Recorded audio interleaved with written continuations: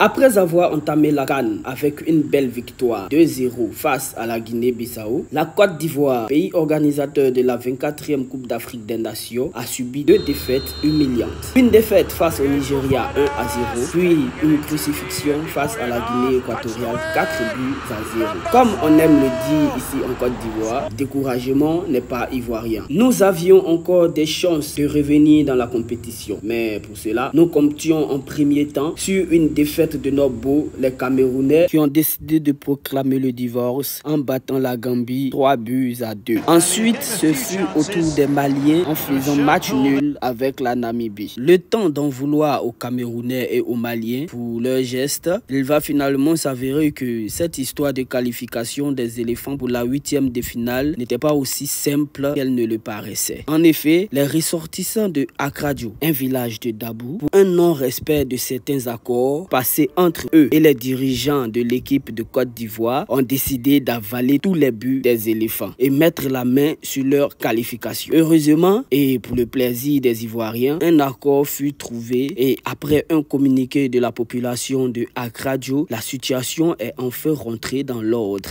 Reconnaissant avoir joué contre la Côte d'Ivoire, de prendre toutes les dispositions pour remettre les choses en leur place, en faisant qualifier les éléphants pour les 8e de finale. Et les Ivoiriens se qualifient après une victoire du Maroc face à la Zambie, 1-0. L'équipe ivoirienne que l'on appelle désormais les ressuscités, avec à leur tête Hermès Faye, le nouveau sélectionneur, n'a plus droit à l'erreur et elle l'a prouvé grâce à ce match face au Sénégal, tenante du titre de champion d'Afrique. Les buts des Ivoiriens ont vraiment été débloqués et ça, on l'a remarqué durant le match. Mais la bataille n'est pas encore terminée. Allez les éléphants!